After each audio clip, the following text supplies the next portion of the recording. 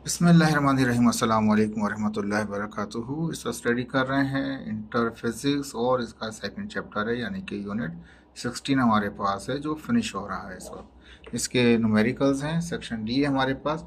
पहला सवाल कहता है इसके अंदर a gas undergoes thermal expansion.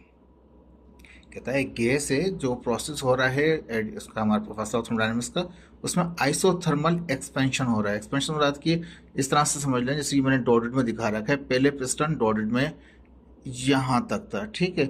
इसके बाद क्या हुआ, जैसे ही इसने हीट ली तो ये आहिस्ता आहिस्ता आहिस्ता अप आ गया यहाँ तक, ठीक है। जो टेम्परेचर इसका पहले था 300 केल्विन, यहाँ पर आने के बाद भी उसका कितना रहा, 300 केल्विन, ठीक है।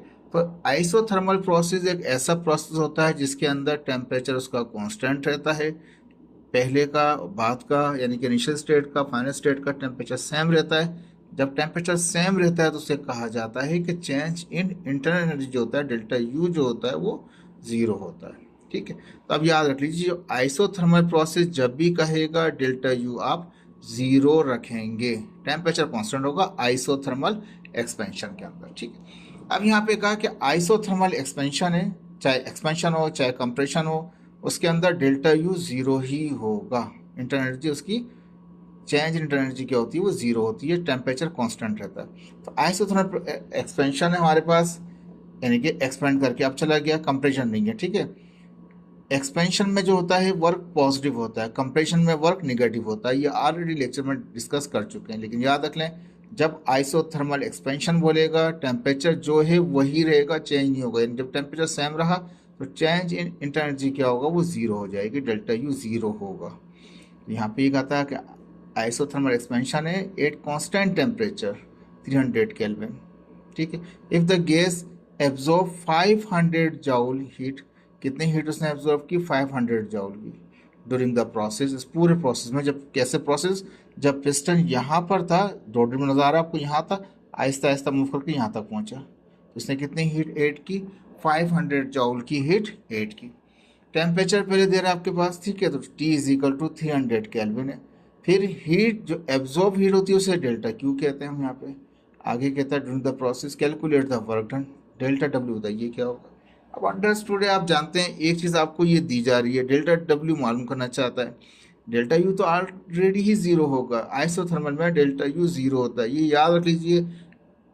ई कैट हो एम कैट हो, जब भी आइसोथर्मल बोलेगा, जो भी आपको दे रखा है यहाँ पे जितना भी हीट सप्लाई दे रहा है सारी हीट वर्क कराएगी। आइसोथर्मल का रूल यही है कि वो इंटरनल एनर्जी में चेंजिंग नहीं कराता, वो जितनी भी हीट दी जाती है सारी हीट वर्क कराती है। यानी कि ये सवाल बनता ही नहीं है आपके इंटर लेवल के अंदर आने के लिए। ये एमसीक्यूज का एक सवाल है, ई कैट और एम कैट का, बिल्कुल सेम लैंग्वेज में मिल सकता है आपको, ठीक है। आंसर छुपा देगा वो आपको, ऑप्शन दे देगा 300 400 500 600।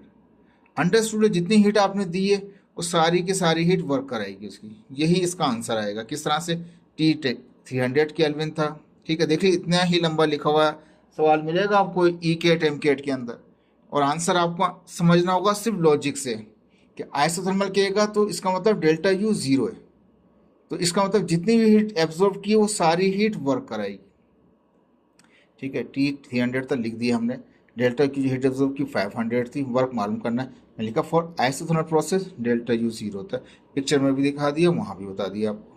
फर्स्ट ला क्या कहता है, delta Q is equal to delta U plus delta W. Delta U zero है, जो वर्क है वो मालूम कर वर्क आपको मालूम करना है, थोड़ा सा ये इसको चेंज कर लिया हमने। डेल्टा डब्ल्यू कितना, डेल्टा क्यू जो दिया हुआ था हीट एब्जॉर्ब वो 500 जूल थी हमारे पास, ठीक है, और ये हमें मालूम करना था यहाँ पे, ठीक है। तो डेल्टा क्यू कितना था हमारे पास, वो 500 जूल था। डेल्टा यू ज़ीरो था क्योंकि आइसोथर्मल में वर्क होती, इंटरनेशनली चेंज होती ही नहीं है, डेल्टा यू क्या रहता है, वो ज़ीरो ही रहता है। वर्क डन मालूम करना था आपके पास, जीरो प्लस करेंगे डेल्टा डब्ल्यू आ जाएगा, डब्ल्यू कितना का 500 जूल की। ये प्रॉब्लम बनता नहीं है आपका इंटर लेवल के अंदर, लेकिन ये ई कैट एम कैट का सवाल बनता है, इतना ही पढ़ना पड़ेगा आपको और लॉजिक से समझना पड़ेगा। याद रख लीजिए ये सेम सवाल है, 5 जितनी भी इसने हीट एब्जॉर्ब की है, जितनी भी हीट एब्जॉर्ब करेगा, डेल्टा यू तो ज़ीरो है, सारी हीट वर्क कराएगी, वही वर्क है आपका, ठीक है। सेकंड सवाल के देखते हैं इसको। कहता है यहाँ पे अब पिस्टन कंप्रेस, एक पिस्टन लगा हुआ है, इसको क्या कर रहा है, वो कंप्रेस कर रहा है, इस पर क्या प्रेशर लगा रहे हैं।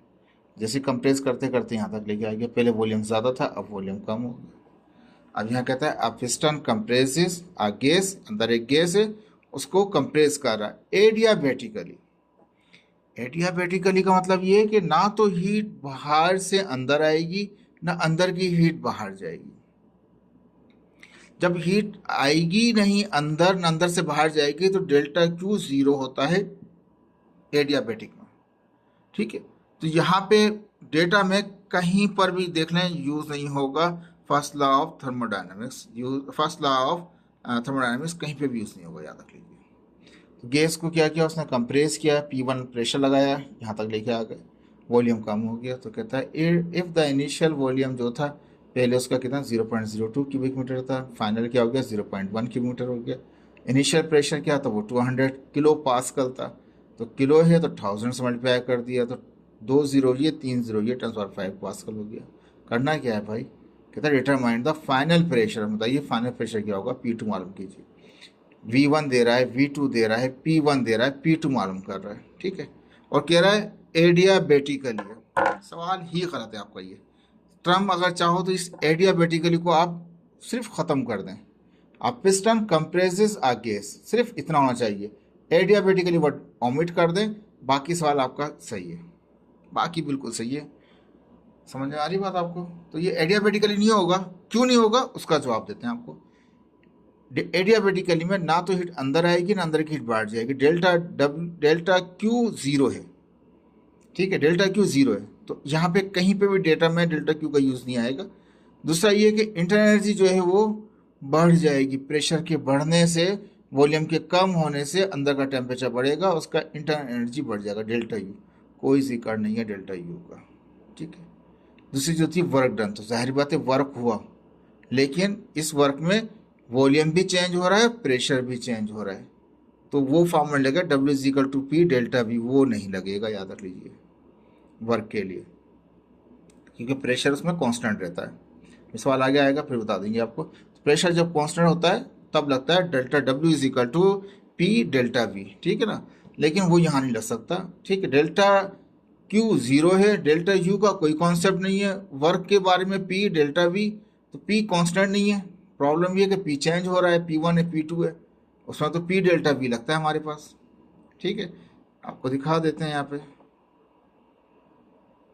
लेकिन ये लगता है जब कांस्टेंट प्रेशर होता है ना तभी लगता है P डेल्टा V, वर्क होता है P डेल्टा V। क्या हमारे पास यहाँ पे सवाल में क्या है, यहाँ पे P1 है P2 है, P1 अलग है P2 अलग है, P1 दे रहा है P2 मालूम करने कह रहा है, V1 दे रहा है V1 भी दे रहा है V2 भी दे रहा है, तो कहीं पर ही फर्स्ट लॉ वाली चीज़ नहीं है, एडियाबेटिकली सवाल नहीं है, सिंपल सवाल था gas a piston compresses a gas. ठीक है, इस तरह से अगर वो आपसे कहता है, लेकिन ये सवाल आ ही नहीं सकता फर्स्ट लॉ के हवाले से, लेकिन फिर भी आप इसको देख लीजिए नॉर्मल तरीके से।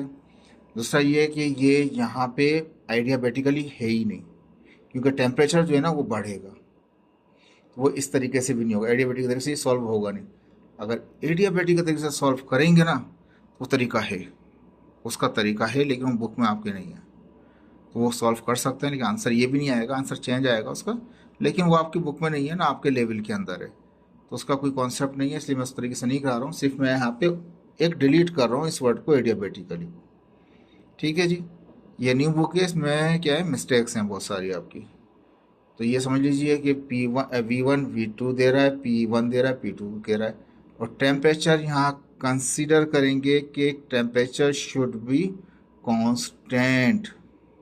ठीक है, तो ये एडियाबेटिकल नहीं है, वो जो हीट है सिस्टम की वो बाहर जा रही होगी। ठीक है, वो ये सिस्टम एडियाबेटिकली नहीं बन सकता, इसमें हीट बाहर जाएगी, फिर जाके टेम्परेचर जो पहले था T1 था वही T2 हो जाएगा, तो ये फॉर्मूला लगता है P1 V1 = P2 V2।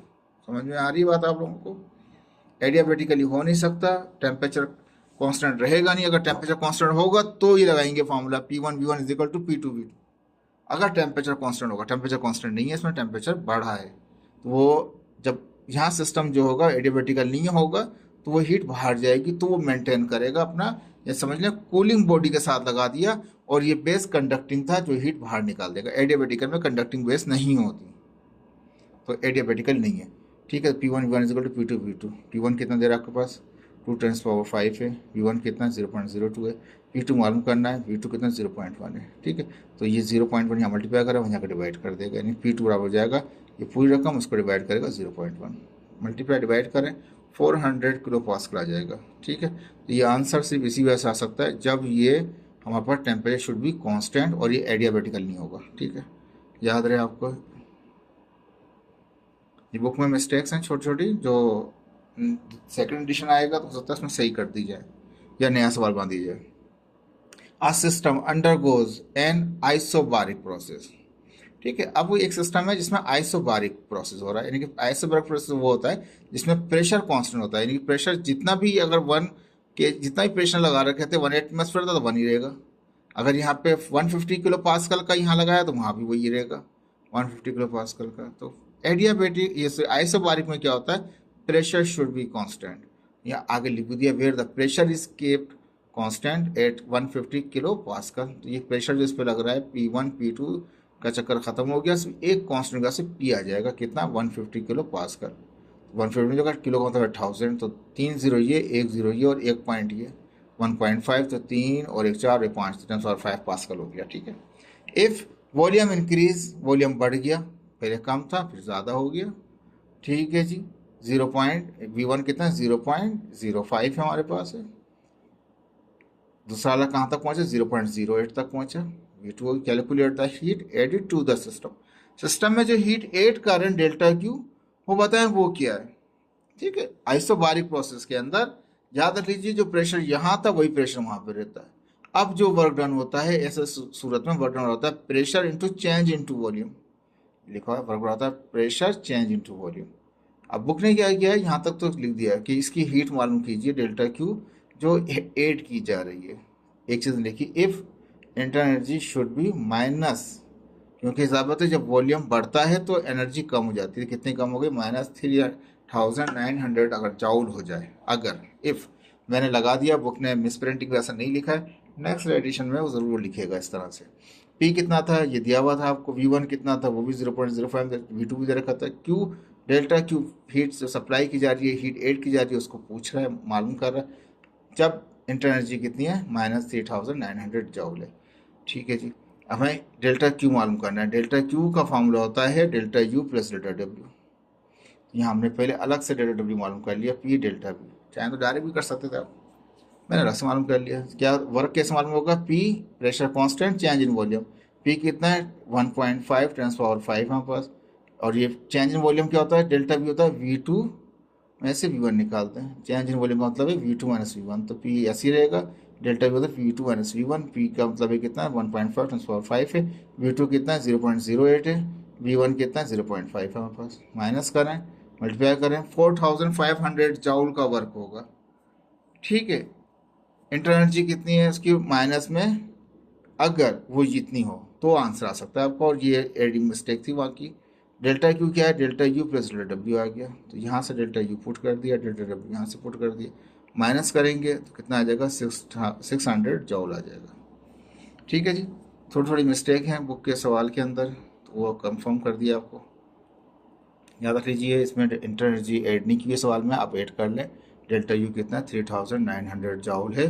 Then आएगा आपके पास इसका हीट सप्लाई, 600 जाउल की हीट ऐड की थी। ये क्या हुआ था हमारे पास, इंटर एनर्जी कम हो गई थी, कितनी 3000 माइनस का 3900 हो गई थी। वर्क डन हमने निकाला वो 4500 का हुआ। ठीक है जी, आसान है, मुश्किल नहीं है।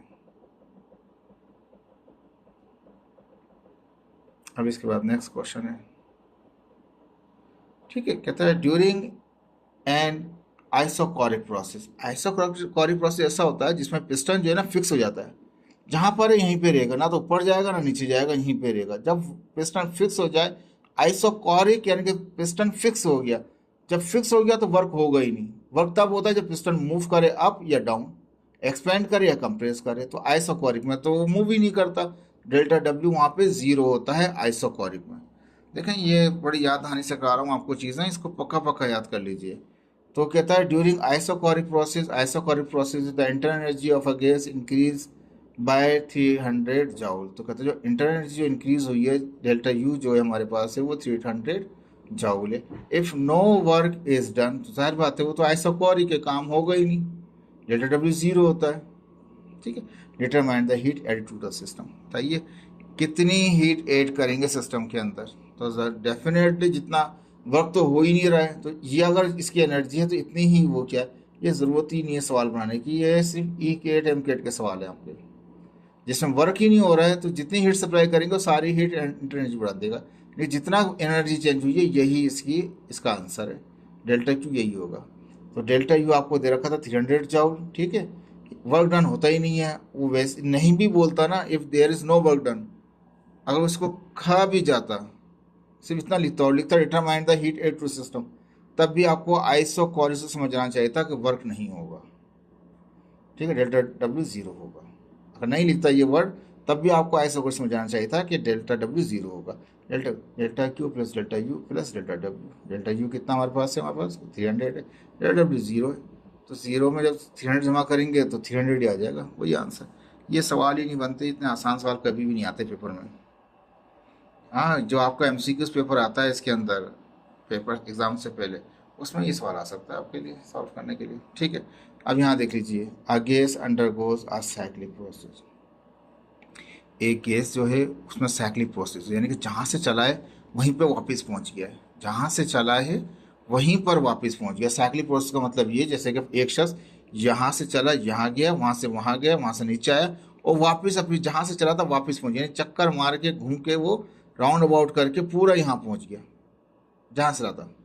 उसूलन तो हम ये कहेंगे, अगर डिस्प्लेसमेंट पूछेंगे डिस्प्लेसमेंट कितने की, तो वो लोग कहेंगे कि जी हमने बहुत लंबा चक्कर घूम के आए, लेकिन हमारी साइंस बोलेगी कि वो ज़ीरो है, कुछ भी डिस्प्लेसमेंट नहीं, जहाँ से रहा था वहीं पर ही मौजूद है। ठीक है, अब ये कहता है कि साइक्लिक प्रोसेस का मतलब ये कि जहाँ से चला है वहीं पर वापस पहुँच जाएगा। ठीक है, ये तो क्लियर हो गया साइक्लिक प्रोसेस से। स्टार्टिंग फ्रॉम ए, फर्स्ट क्या, ये स्टेट है, पिस्टन यहाँ पर है, ऐसा लगा हुआ है हमारे पास, और उसका इस वक्त जो वॉल्यूम है 0.02 क्यूबिक मीटर है। ए पोजिशन ये है, ए विथ अ वॉल्यूम 0.02 वॉल्यूम है, गोइंग टू द बी, इस ए से वो पोजिशन बी में आ गया, यानी कि वो क्या हुआ हमारे पास, वही है उसका वॉल्यूम 0.02 था तो वही था, ए से बी पे आया लेकिन वॉल्यूम चेंज नहीं हुआ, इसका वॉल्यूम 0.2 है, 0.2 है, तो यहाँ पे लिखा गोइंग टू बी, कौन से में, आइसोकोरिक हीटिंग, यानी कि वहां पे आइसोकोरिक प्रोसेस हो रहा है और हीटिंग हो रही है। हीटिंग क्या हो रही है इसके अंदर, अब ये पिस्टन जो था, पिस्टन वहीं पर यहाँ पर है ए पोजीशन पे, आइसोकोरिक हो रहा था, हीट सिस्टम से बाहर जा रही थी, लेकिन वॉल्यूम चेंज नहीं हो रहा था, उसका वॉल्यूम वही था। तो आइसोकोरिक एक ऐसा प्रोसेस होता है, अभी थोड़ी देर पहले बताया था, उसमें डेल्टा डब्ल्यू जो होता है वो जीरो होता है, क्योंकि पिस्टन ना तो एक्सपेंड करता है ना कंप्रेस करता है, ए वाली पोजीशन पे ही नजर आ रहा है पिस्टन उसका सिंपल, लेकिन इसमें हीट नहीं जा रही थी, इसमें हीट सिस्टम से बाहर जा रही है। कितनी, Q1 is equal to 500 joule, isochoric process, यानी कि वॉल्यूम चेंज नहीं हो रहा, वॉल्यूम जो है वही रहता है, तो वॉल्यूम चेंज नहीं होता, डेल्टा डब्ल्यू जीरो होता है, याद रखिएगा इस बात को। ए से बी पे पहुंच गए, लेकिन हीट सिस्टम से Q1 बाहर चली गई 500 जॉउल की, लेकिन वर्क नहीं हुआ, वर्क जीरो है। ठीक है जी, देन सी, फिर स्टेट के बाद आती है इसकी स्टेट सी। सी में क्या होता है, हीट एड करता है सिस्टम, सिस्टम हीट एड करता है, पिस्टन यहाँ था तो पिस्टन ऊपर चला जाता है, जैसे नज़ारा आपको, वॉल्यूम बढ़ गया। ठीक है, अब इसने कहा कि आगे देन सी, सी कौन सा था, वो आइसोथर्मल था। आइसोथर्मल मतलब ये कि हीट लेक एक्सपेंड तो हुआ, टेम्परेचर चेंज हुआ होगा, लेकिन वापस वही हो गया। आइसोथर्मल के अंदर डेल्टा यू जो होता है वो जीरो होता है। ठीक है जी, अब यहाँ पे इसने कहा था एंड फाइनली टू बेक ए, वापस इसका पिस्टन इसी पोजीशन पे आ जाएगा, दोबारा ए पे आ जाएगा, ए से बी पे गया लेकिन आइसोकोरिक हुआ, फिर बी से सी पर गया तो एक्सपेंड हो गया, इसमें ना कंप्रेस था ना एक्सपेंड था, इसमें आइसोथर्मल में एक्सपेंड हुआ, जब आइसोथर्मल हुआ तो डेल्टा यू जीरो हो गया। ठीक है, if the heat added during the isothermal expansion, जो आइसोथर्मल एक्सपेंशन था उसमें जो हीट एड की थी वो 1000 जॉउल की थी हमने आइसोथर्मल में, and heat reject during isochoric heating, जो आइसोकोरिक हीटिंग में कितनी हीट रिजेक्ट हुई थी वो 500 जॉउल थी। कैलकुलेट द नेटवर्क डन, बताइए काम कितना हुआ। तो जाहिर बात है पिस्टन यहाँ था ना, जब मूव अप एंड डाउन नहीं हुआ तो जीरो था, यहाँ पर था आइसोकोरिक में था, अप एंड डाउन भी नहीं हुआ, यहाँ जीरो था। तो वर्क कहाँ हुआ? वर्क सिर्फ आपका आइसोथर्मल में हुआ जब एक्सपेंड हुआ। ए पोजीशन पे कोई वर्क नहीं हुआ, बी पोजीशन उसने पहले ही कह दिया कि वो आइसोकोरिक है, आइसोकोरिक में कोई काम नहीं होता, ठीक है। तो वर्क सिर्फ हो रहा है आइसोथर्मल के अंदर।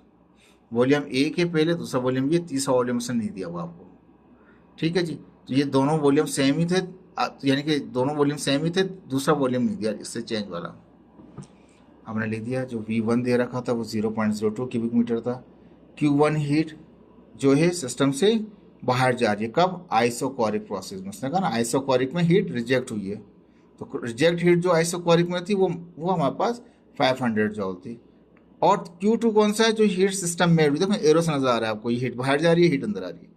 तो पहले हीट जो है वो Q1 जो है वो रिजेक्ट हुई है, बाद में आइसोथर्मल में हीट ऐड हुई है, तो आइसोथर्मल में हीट 1000 है। क्या मालूम करना है? वर्क मालूम करना है। तो वही अब आप जानते हैं आइसोथर्मल के अंदर डेल्टा यू जीरो होता है।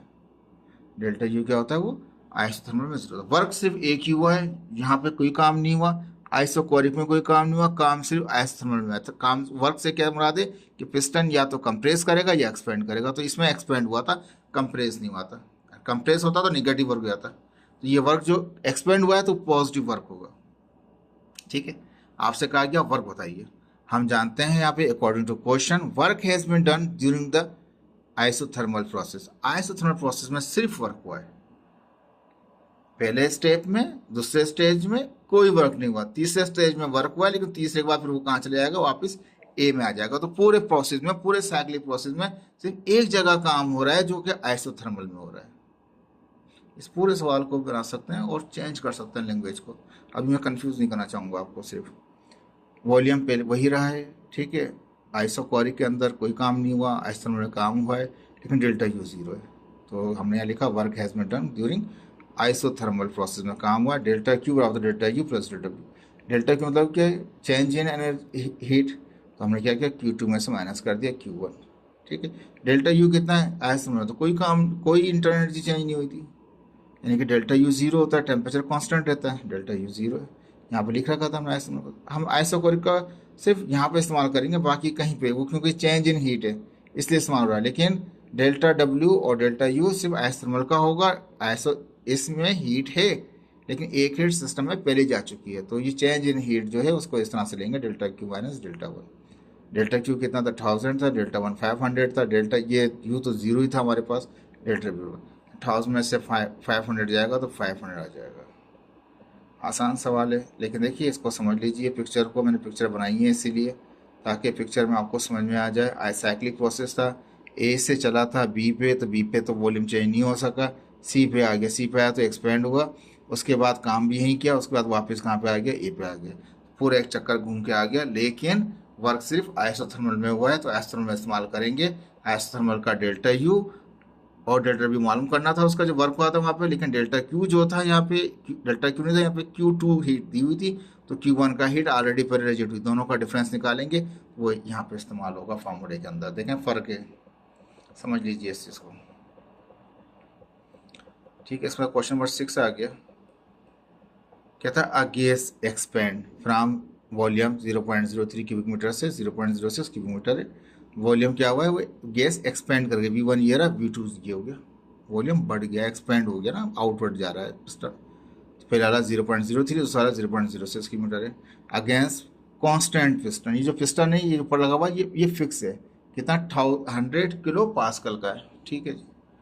तो पहले वाला जो दिया होता V1 था, दूसरा वाला V2 था, ये प्रेशर दे दिया, और कांस्टेंट कह रहा है, तो कांस्टेंट प्रोसेस किस में होता है? वो आइसोबारिक में होता है, याद रख लीजिए। जो प्रेशर यहाँ है वही प्रेशर यहाँ पे होगा, प्रेशर सेम रहेगा, ठीक है जी। अब कहता है calculate the work done in both reversible और इरिवर्सेबल। रिवर्सेबल मतलब ये कि यहाँ पहुँचा हुआ है ना, वापस नीचे आ जाए। भाई ये खुद ब खुद नीचे नहीं आएगा, इस चीज़ को याद रख लें, प्रोसेस करना पड़ेगा, टर्म कंडीशन लगानी पड़ेगी, फिर ये नीचे आएगा। और कार्नोट इंजन वगैरह भी नहीं है जो कि वो स्टॉक मार लेगा वहाँ पे, या डीजल इंजन भी नहीं है, या पिस्टन दूसरे भी नहीं है। याद रख लीजिए यहाँ पे ये मौजूद है, यहाँ से यहाँ पहुँच गया।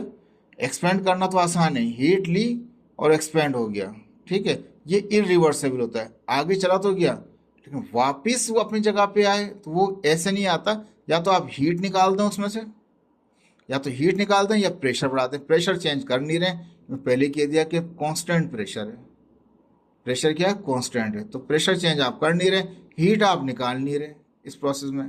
कुछ ये भी नहीं कह रहे कि जी हीट दे रहे थे वो हीट निकाल ली हमने, कोई इस तरह की कहानी नहीं है। याद रख लीजिए, पहला पार्ट मैंने क्या, इरिवर्सिबल, सवाल में पहले रिवर्सिबल था, मैंने सॉल्व भी नहीं होगा वो, इसलिए मैंने उसको बाद में कर दिया, तो इरिवर्सिबल को पहले लिख दिया, रिवर्स को बाद में लिखा।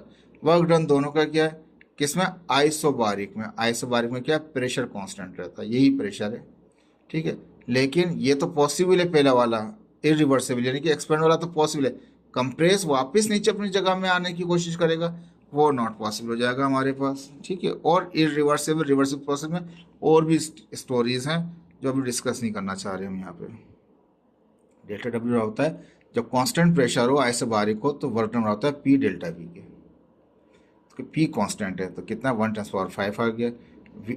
चेंज इन वॉल्यूम क्या है, V2 minus V one, V2 minus V one, V2 कितना 0.06 है, V1 कितना 0.03, इनको माइनस करें, मल्टीप्लाई करें, ये 3000 जॉल आ जाएगा, ठीक है। तो बुक ने क्या दिया हुआ, 300 दे रखा है, तो वो गलत है, इसको 3000 कर लीजिएगा, ये प्रिंटिंग मिस्टेक्स हैं बुक की, लेकिन रिवर्सेबल नहीं होगा, ये याद रख लीजिएगा, वो पॉसिबल नहीं है आपके लिए, नहीं तो आपको यहाँ पे केस चेंज करना पड़ेगा उसको, ठीक है। दूसरा आंसर नहीं आएगा, 600 वाला नहीं आएगा आंसर, ठीक है। याद रख लीजिए, इसका 600 आंसर नहीं आएगा क्योंकि पॉसिबल नहीं है, ये 300 दिखा रहा है, एक्चुअली 3000 आना चाहिए आंसर, करेक्ट कर लीजिएगा, एक जीरो लगा लीजिएगा वहाँ पे बुक के अंदर। न्यू एडिशन आएंगे तो फिर सही हो जाएगा ये सब। 7 में कहता है आ 50 ग्राम पीस ऑफ कॉपर 800 सेंसस, ठीक है, एक मिनट, ठीक है जी। यहाँ पे कहता है कि आप 50 ग्राम का पीस है हमारे पास, ठीक है, उसमें क्या कर रखा है हमने उसको रख रखा है, ठीक है। इसको वहाँ पिक्चर बना नहीं सके हम, यहाँ पे देख लीजिए आप इसको, ठीक है। क्या कर रखा है हमने, एक हमारे पास एक रॉड है जिसको पानी के अंदर रख रखा है हमने, और ये हॉटेड रॉड है हमारे पास, ठीक है। अब ये हॉटेड रॉड जो है, जब गर्म हॉट रॉड को हम इसको रखेंगे पानी के अंदर तो क्या होगा, हीट एक्सचेंज होगी, पानी का टेम्परेचर, इसका जो टेम्परेचर है वो बाहर निकलेगा और इसको भी गर्म कर देगा, यानी कि ये हीट लॉस करेगा और पानी क्या करेगा, हीट को गेन कर लेगा, ठीक है। ज़ाहिर बात है, अब पानी की स्पेसिफिक हीट कैपेसिटी कुछ और है, और ये जो रॉड है हमारे पास, अगर ये कॉपर रॉड है तो कॉपर रॉड की कुछ और होगी, आयरन रॉड की कुछ और होगी, गोल्ड रॉड की कुछ और होगी, हर मेटल की रॉड की, एल्यूमिनियम रॉड की कुछ और होगी स्पेसिफिक हीट कैपेसिटी। तो क्या होगा, जब गर्म चीज़ को डालते हैं पानी के अंदर तो क्या करता है, वो एकदम से पानी गर्म कर देता है, तो क्या होता है, हीट इसमें रॉड में से, गर्म में से निकल के पानी में चली जाती है, तो ये लॉस करेगा तो वो गेन करेगा, तो इक्विलिब्रियम बनेगा, ठीक है। ये पिक्चर मैंने आपको समझाने के लिए बता दी थी। अब वही चीज़ देख लीजिए, 50 ग्राम का पीस था कॉपर का, यानी कि जो रॉड मैंने दिखा रखी थी पानी के अंदर, उसके अंदर वो उसका मास कितना है, 50 ग्राम है, तो mass of copper, C copper के लिए सी लिख दिया मैंने, कितना है, 50 ग्राम है, ठीक है। 800 डिग्री सेल्सियस, तो उसका जो टेम्परेचर है TC1, जो टेम्परेचर है कॉपर का, कॉपर के लिए मैं सी इस्तेमाल कर रहा हूँ पहले, कितना है वो 100 डिग्री सेंटीग्रेड है। इस प्लेस, उस रॉड को जब हमने प्लेस किया तो उसका 100 डिग्री सेंटीग्रेड उसका टेम्परेचर था। इन 200 ग्राम ऑफ वाटर, जो पानी जिसमें ये डाली थी रॉड, उसका मास कितना था, 200 ग्राम, तो mass of water, mass of copper 50 था, मास ऑफ वाटर कितना है, 200 है, और जो टेम्परेचर है कॉपर का वो TC1 है, यानी कि टेम्परेचर ऑफ कॉपर इनिशियली 1, कितना, वो 100 है। कहता है 200 gram of water at 20 degree centigrade, जो पानी का इनिशियल टेम्परेचर TW1 वो कितना, 200 है, यानी कि ये टेम्परेचर वाटर का है और वाटर का मास 200 है, ये टेम्परेचर कॉपर का, और कॉपर का मास 50 है, तो mass of copper 50, mass temperature of copper TC1, सी से कॉपर समझ लीजिएगा 100, मास ऑफ वाटर कितना, 200 हो गया, टेम्परेचर कितना है वाटर का TW1 वो कितना, 20। If the final temperature of a system is 30, वही 30 नहीं होता, ये करेक्शन कर लीजिएगा, ये बुक में गलत है, वो होता है 21.8 डिग्री सेल्सियस, ये करेक्शन कर लीजिएगा, मैंने यहाँ लिख दिया इसको, 30 नहीं आएगा, 21.8 आएगा। अब ये वो टेम्परेचर है क्योंकि ये 100 था पानी, यानी कि रॉड जो थी कॉपर की, जो रॉड है या पीस है उसका टेम्परेचर 100 था। उसको पानी में डाला तो पानी का टेम्परेचर कितना था, पहले 20 था, तो इसमें से हीट निकलेगी और पानी गेन कर लेगा। बाद में क्या होगा, वो 100 पे थी रोड और ये 20 पे था, दोनों का टेम्परेचर, पानी का भी और रोड का टेम्परेचर आखिर में कितना आ जाएगा, 21.8 आ जाएगा जब वो इक्विलिब्रियम बन जाएगा। तो if the final temperature system, system को कितना, कोई 30 नहीं है, इसको बुक में करेक्शन कर लीजिएगा, 21.8 है। तो अब ये टेम्परेचर जो होगा फाइनल टेम्परेचर, ये वाटर का भी काउंट होगा और ये कॉपर का भी काउंट होगा। तो टी सी कॉपर 2 कितना होगा, 21.8। टी डब्ल्यू वाटर का भी फाइनल टेम्परेचर कितना, 21.8, क्योंकि इक्विलिब्रियम बन गया। रॉड ने, कॉपर रॉड पीस ने हीट लॉस की, पानी ने गेन कर लिया। ठीक है, स्पेसिफिक हीट ऑफ कॉपर जो है, हम यहाँ कहते हैं calculate the specific heat of copper मालूम कीजिए। तो स्पेसिफिक हीट के लिए सी एस लिखते हैं और कॉपर लिख दिया मैंने, आगे ये मालूम करना है। स्पेसिफिक हीट ऑफ वाटर ये दी हुई है आपको 4.18 जॉल ग्राम पर केल्विन, यानी कि तो स्पेसिफिक हीट वाटर कितने, 4.18 है हमारे पास, यूनिट वहाँ से लिख दिया पूरा का पूरा। सवाल ये है, दोबारा पढ़ देता हूँ, कि जो रॉड हमने डाली है कॉपर की पानी के टब के अंदर या बाउल के अंदर, तो उस वक्त रॉड की जो रॉड का जो क्या कहते हैं, या जो कॉपर है उसका मास 50 है, उस कॉपर का क्या कहते हैं टेम्परेचर 100 है, पानी जो है वो 20 ग्राम में डाली थी हमने, और टेम्परेचर कितना था उसका, पानी का 20 था। जब हीट लॉस हुई और पानी ने हीट गेन किया तो टेम्परेचर कितना हो गया सिस्टम का, 21.8 हो गया, 30 नहीं है। ठीक है, स्पेसिफिक हीट बताइए कॉपर की क्या है, पानी की दी जा रही है आपको। ठीक है, हमने फार्मूला लगा दिया, according to condition of equilibrium. क्या कंडीशन होती है, हीट लॉस हुआ बाय कॉपर रोड ने लॉस किया, हीट गेन बाय वाटर, जो जितना कॉपर लॉस करेगा इतना ही पानी गेन कर लेगा। ठीक है, तो हीट जो है कॉपर की वो QC है, जो हीट वाटर की वो QW हमारे पास है। तो स्पेसिफिक हीट कैपेसिटी, यानी में फार्मूले में Q बराबर होता है MC डेल्टा T के, Q बराबर होता है MC डेल्टा T के। ये कॉपर की हीट है तो कॉपर का मास, स्पेसिफिक हीट किसकी आएगी, सी का मतलब स्पेसिफिक हीट होता है कॉपर की। टी क्या होगा, कॉपर का चेंज इन टेम्परेचर, तो कॉपर का एक टेम्परेचर पहले था 100 था, बाद में सिस्टम का 21.8, तो वो चेंज यहाँ लिखा जाएगा।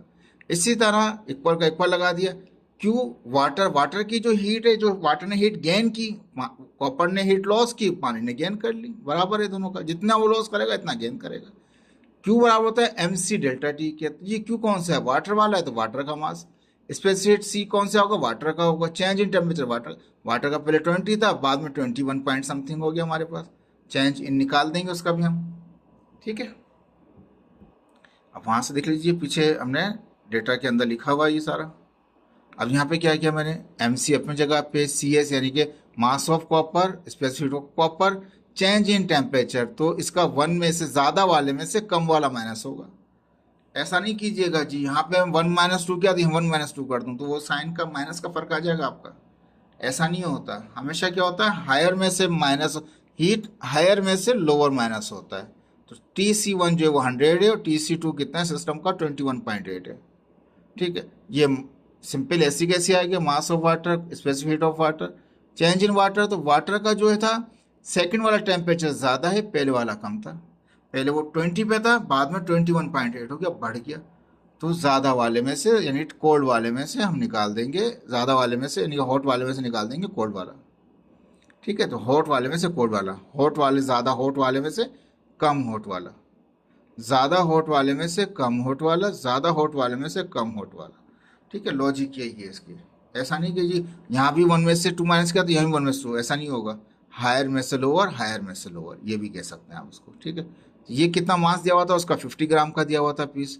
स्पेसिफिक हीट मालूम करनी है कॉपर की, ये कितना था, रॉड जो का टेम्परेचर था वो 100 था, सिस्टम का कितना हो गया था, जो बुक में गलत लिखा हुआ है वो 21.8 था, वो 30 लिखा हुआ था, यानी कि एक्चुअली 20.8 है वो। मास कितना था पानी का, वो 200 था। स्पेसिफिक कितना, 4.18 है।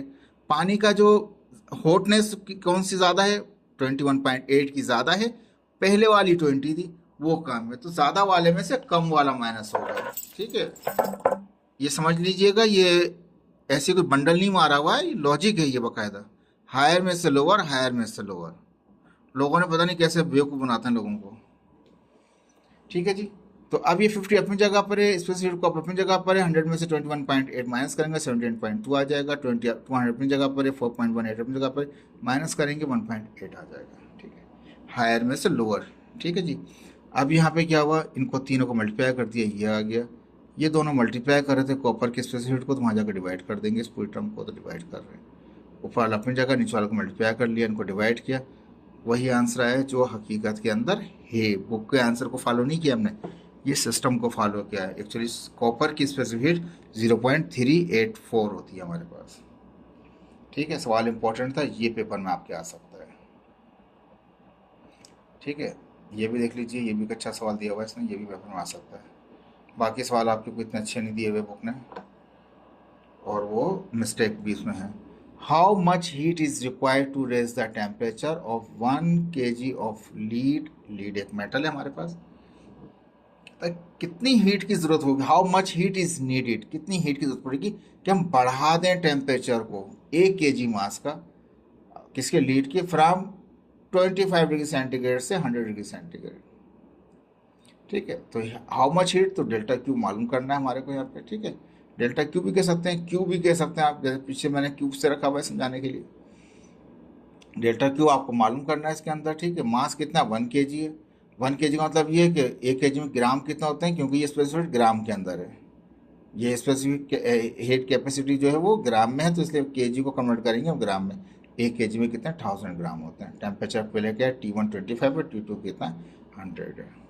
ठीक है, तो हायर वाला कौन सा है, ये हायर में से लोअर माइनस होगा जब उसका डिफरेंस बनोगा। लीड की स्पेसिफिक कैपेसिटी आपको दे रखी है 0.128 जाउल पर ग्राम सेल्सियस। ठीक है, ग्राम में दिया हुआ था इसलिए केजी से ग्राम कन्वर्ट कर दी। Formula Q is equal to delta Q M C delta T, M mass है तो मास कितना आ गया, 1000 ग्राम आ गया।